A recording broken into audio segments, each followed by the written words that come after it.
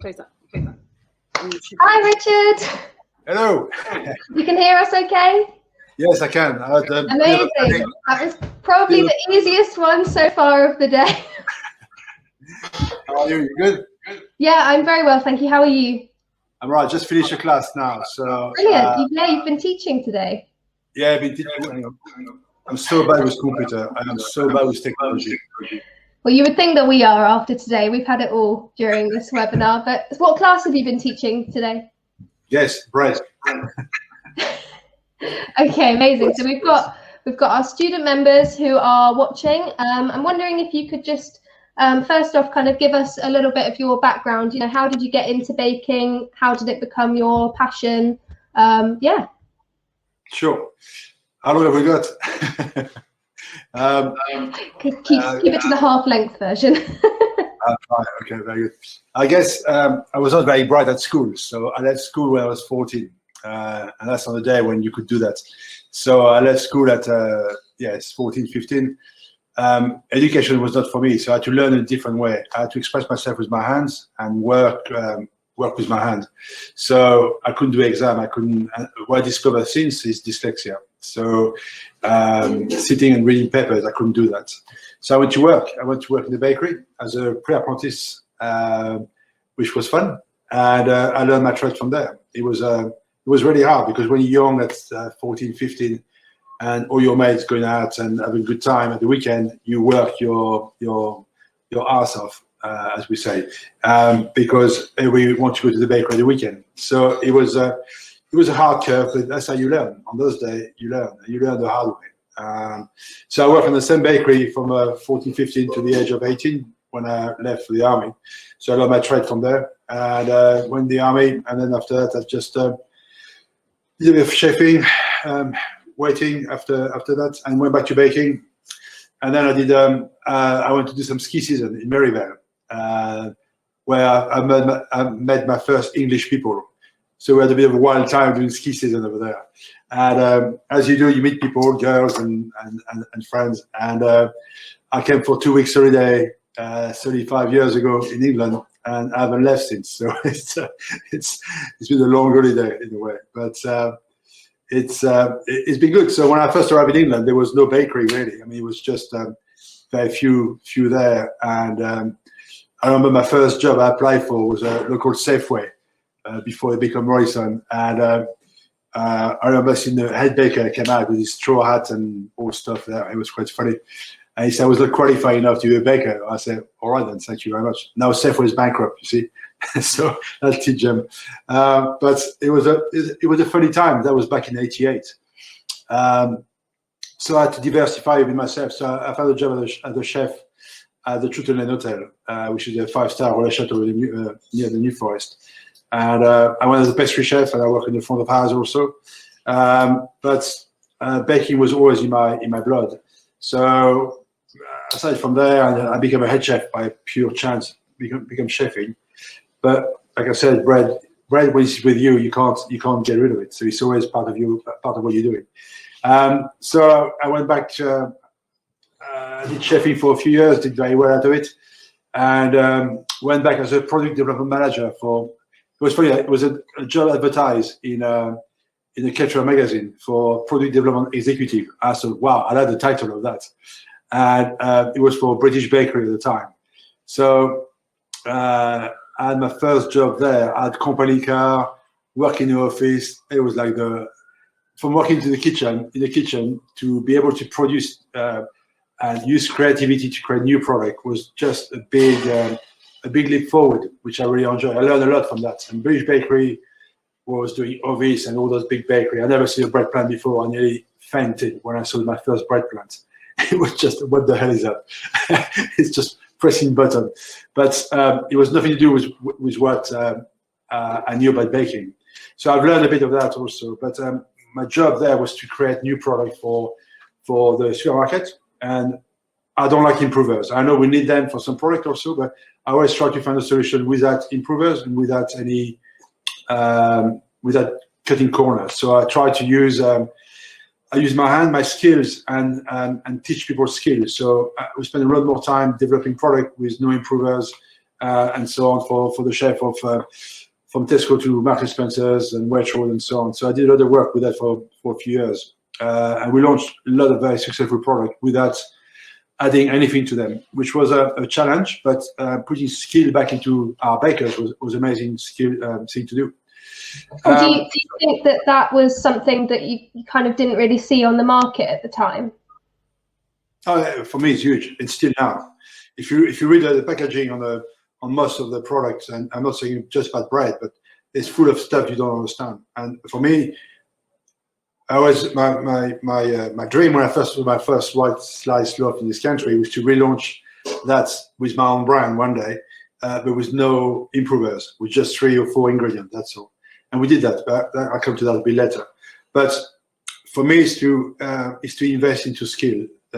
When you understand what you're working with, when you understand the raw material, then you work with it. And of course, sometimes you need to put some extra shelf life and stuff like that. But I think understand the product you're working with, master it, and then adapt to whatever you need. I think it's very easy to go with the easy option sometimes.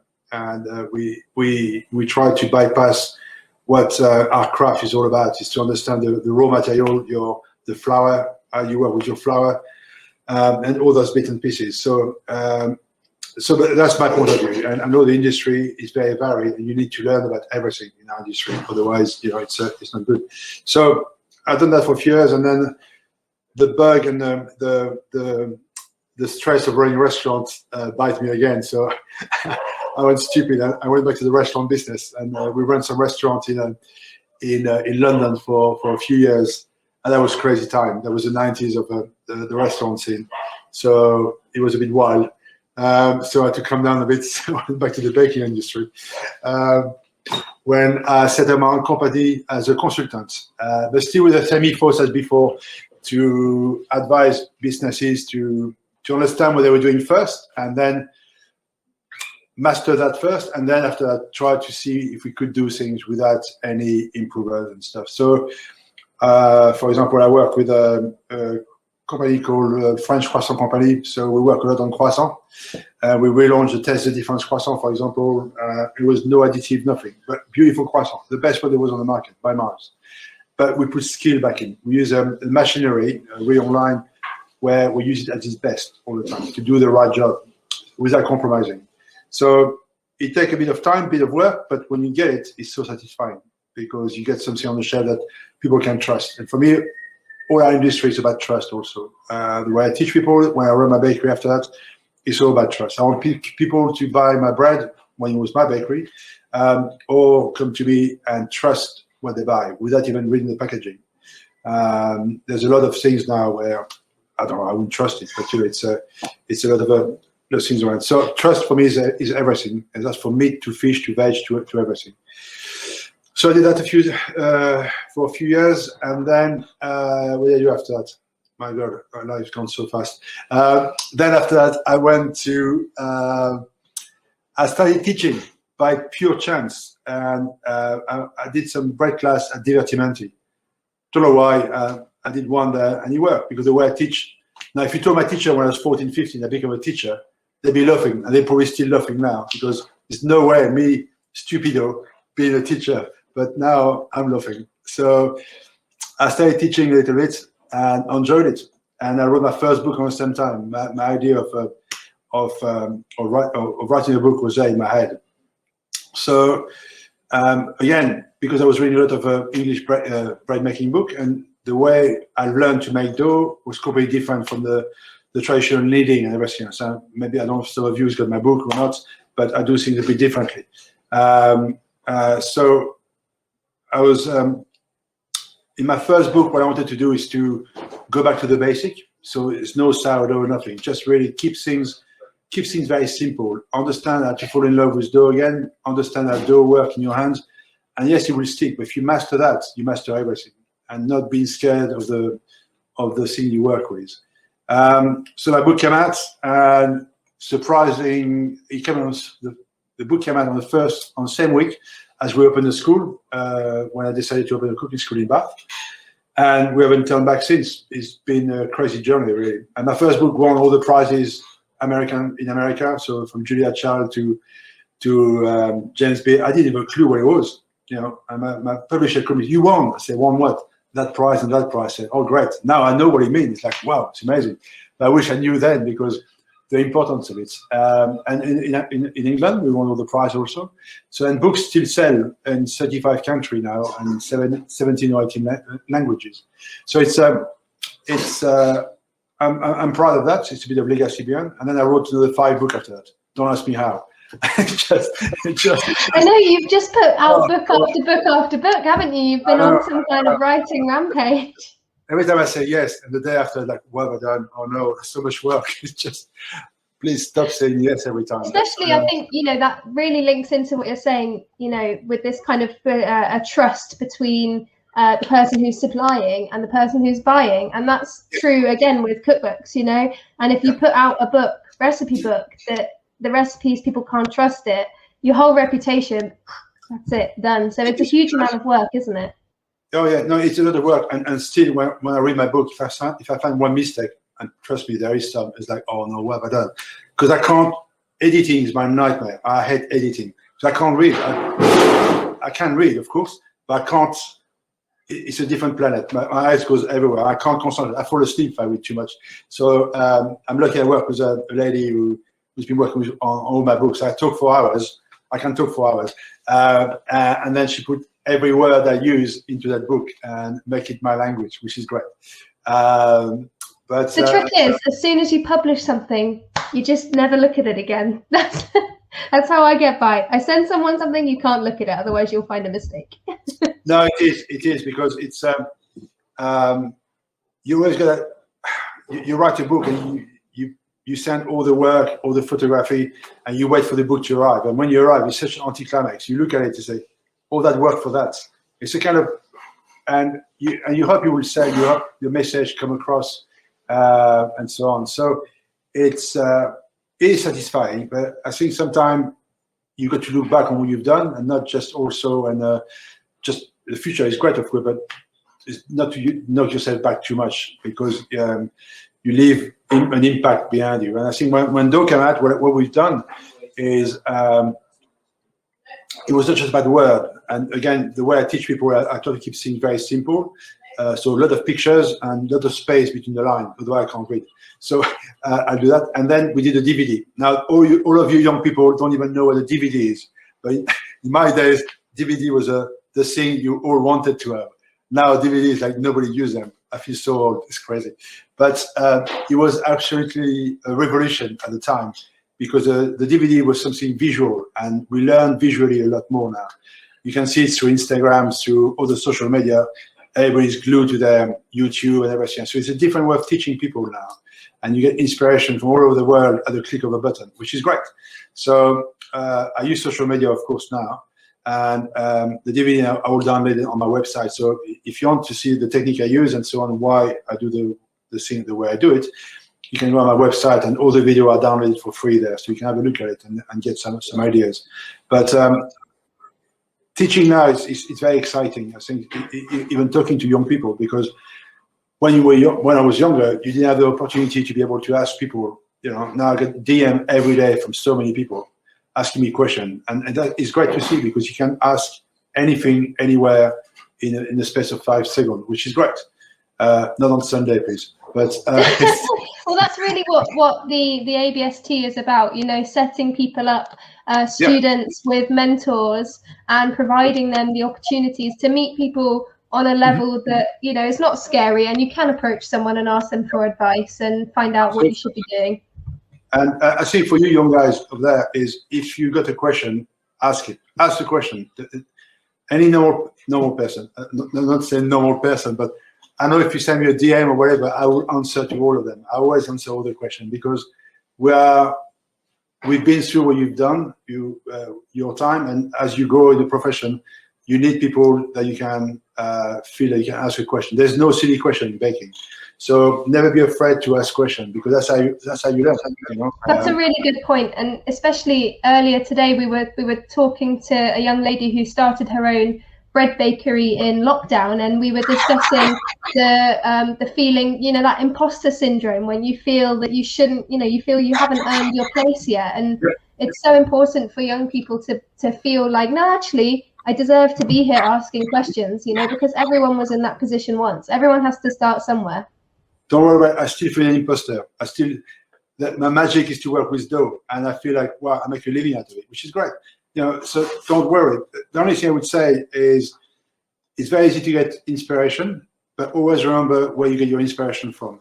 So if you copy something or whatever, make sure you always credit the people, because if you pass it on, as we call it the trade, it will come and back your ass one day. So always make sure that that's such a good point. There's such a fine line between inspiration and copying, isn't there? And some of my best teachers, I remember, I always credit them, because the guy who teach you spend their life learning, and when they pass on knowledge, always make sure that one day it could be you on the other side teaching somebody else. And you know, I train a lot of bakers. A lot of people work for me, and some come and just to learn what I do and go somewhere else. That's fine, but you know, one day karma always go around. So it's the best guy I've taught. Now they open their own bakery, and we're still friends, because that's part of our trade. It's pass it on knowledge.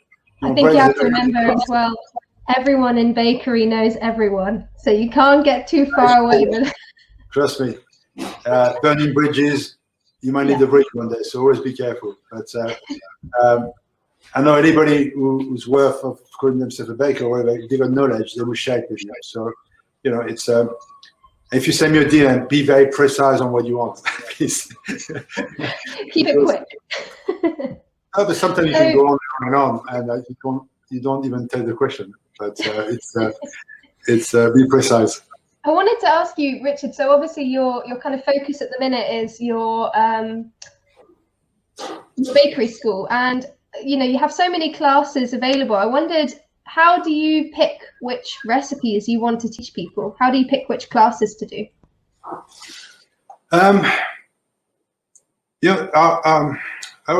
It's a good question, because I don't change things, because the way I know, the way I deal with dough, the way I do, I don't change. So the recipe I use is, for people who come to me all the time, is new for them. So for me, I teach the same thing, but we do different classes, of course. So if I got a new book, I base my class on some of the recipe. The technique is the same.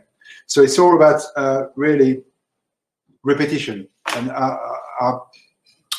when people come, it's about technique. It's about them understand that, you know, you put your hand into it. Doesn't matter if it's baguette or whatever you're doing, the dough will stick. So it's to master the basic.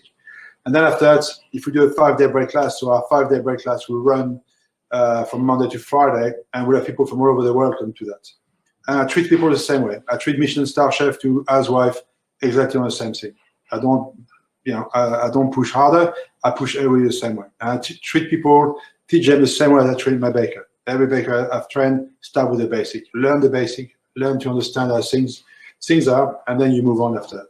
So, yeah, I might go off piste sometimes during the class, but basically it's the same thing, because it's a repetition all the time.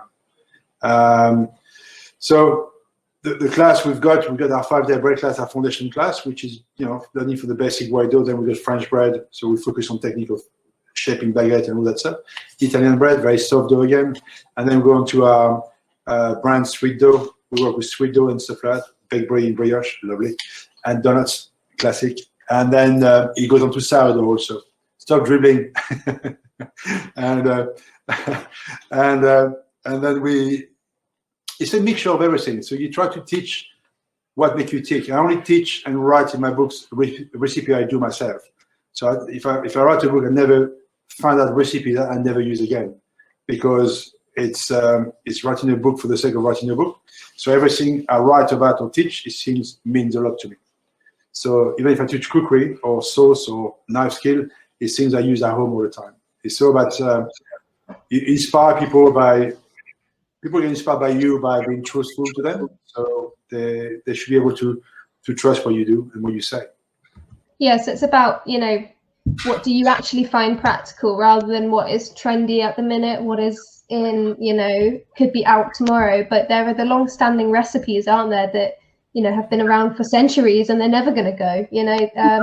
Water and flour is for ancients. Okay? Yeah, exactly. So it's what you do with it, and the dough sticks the same. So it's about learning to be comfortable with it and evolve. And a lot of people do a 5-day break class and ask me, what shall I do next? I say, do it again, because it's about repetition. Being a good baker, being a good pastry chef, or whatever job you're doing in your life, you've got to be consistent. If you're not consistent, you'll fail.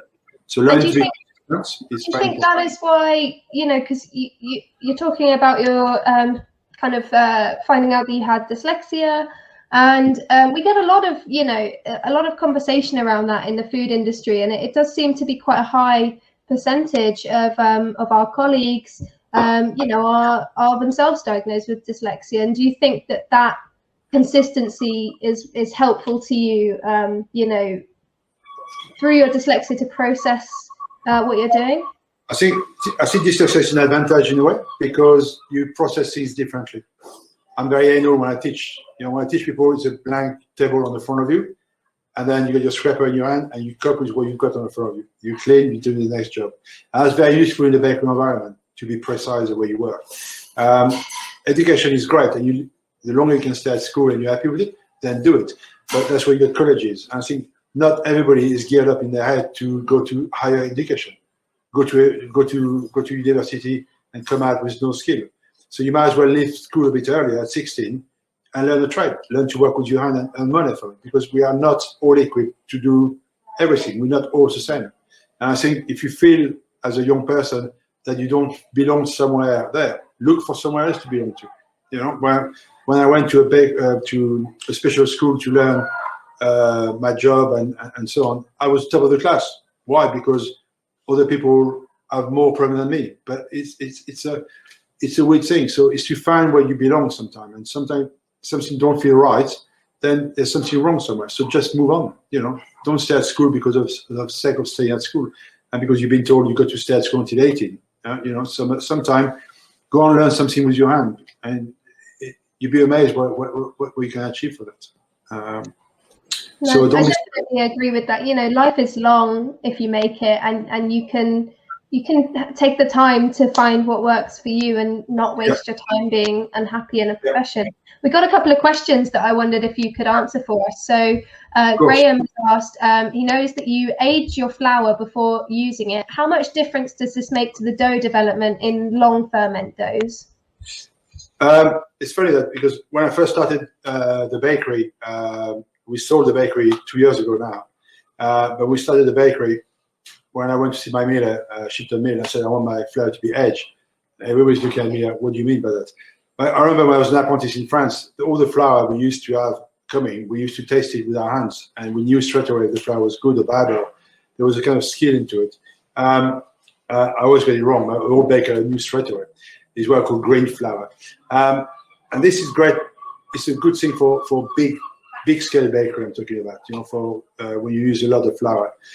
In France, if you look at the old baking book in English or in French, the resting period of flour was called avoir du plancher in French. It's stabilizing the flour after the milling process. Because the flour after milling, especially the way the millers mill the flour, the speed they're going now, is incredibly fast. So the flour is really unstable after milling. So you need a bit of a resting time. The problem with the speed of what we want to process our bread plant and everything else, we don't have time to raise the flour. It'd be a very expensive process. So all our flour for our bakery used to be bagged in flour and rest for about 21 days to make sure I got at least 14 days of rest before we use it. If the flour came too fresh, I could feel it. The way you mix the dough doesn't behave the same way. So it's and for me, it's less digestible also. There's a lot of things goes into it. It's a bit like meat. Meat now, you age your meat, the protein breakdown, it just kind of, it's easy to digest. So it became an habit for me now to have my flour looked after by the mill before I use it. And a lot of people do it now, so it must be You started a trend. And we've got another question here. I know you've taken students for work experience before. What is the best way to ask someone for work experience in your opinion? Don't be shy. Just can you hear me? Don't be shy. Don't be shy. If you want to go somewhere, knock on the door. If you don't knock on the door, nobody will come and see you. That's true. Yeah. So Worst you're going to get told is no. But that's the worst thing can happen. What? The only thing that gets shafted is your pride. Oh. Just if somebody doesn't want to take you on, it's their loss. If you're a hardworking person, you know, when I get this CV, or if somebody comes for a job for me, I look at the CV, but very briefly. I look at their eyes, and their eyes will tell me if they want to learn, if they're willing to learn and put their hard work into it. Because as an employer, I don't expect everybody to know everything, especially the way I work is a bit different. But if you're willing to work to learn, then you get it. So it's about learning to be flexible, open your mind all the time, and then being able to absorb and process what you're learning. You make mistakes. We all make mistakes. You know, when I was an apprentice, I've learned a big mistake. I fell asleep by the oven because I was so tired. I went on a few beer in the evening and come back at 2 hours sleep. And then I knew I had 7 minutes of rest if I learned my oven first. Put a big rack in a big oven. I had about 7 minutes to have a little sleep on the side. 9 minutes later, I wake up and I burn the whole rack. Oh no! Well, you see, that's funny because we've been asking the question of the day that I've been asking everyone who's been speaking is, what is your biggest bakery mistake? What's your biggest fail? Because we've all done it. We've all had days when you come in and you know, forget to put salt in there, sourdough. What else did we have? Someone else, we had burnt products. Someone else, souffle didn't work. So do you think that's your biggest bakery fail? No, that's a small one. Okay, so what's your biggest? That brings me to my next question. Most embarrassing, biggest bakery fail. Oh, I don't know. Life is about learning, so you do stuff. But I think with this one, what I've learned is when my boss came around, he looked at the baker, he said, "Oh, you won't get paid this week." So I had 1 week wages to go myself. Trust me, you don't fall asleep again. Okay, so it's a lesson you learn. You can't do that anymore to people, but on those days, you can do whatever you wanted. So I learned a lot from that. And that was quite interesting. But yeah, mistake. I've done a lot of mistakes cutting corners. I teach people not to cut corners, and I cut corners sometimes. I say, "I'll be all right," and then you turn back, you forgot the yeast. You think, "Why have I done that?" That's an extra 2 hours of work, and we're all guilty of this. We're all guilty of not focusing. And in a bakery, a mistake can be very expensive sometimes. You know. Oh yeah, we had someone earlier who was saying that their bakery mistake was their first day of training, their first day of college, and they broke a piece of equipment. And I said, well, better to be making the mistakes when it's someone else that has to pay to fix it. But I think everyone makes these mistakes all the time. And we were talking earlier about how working in bakery is very humbling in a lot of ways, because if ever your ego is, if your head's getting too big, one day you get smacked back down to earth when you make a big mistake. Oh yes, you do. Yeah. My old boss used to employ people by watching them sweeping the floor, and I used to laugh at the beginning. I do it now sometimes, but it's so he used to do the whole interview, and then the last thing he used to say to the guy, he said, "Oh, get a broom and sweep the floor for me." And you see the guy's eyes, like, "What do you do?"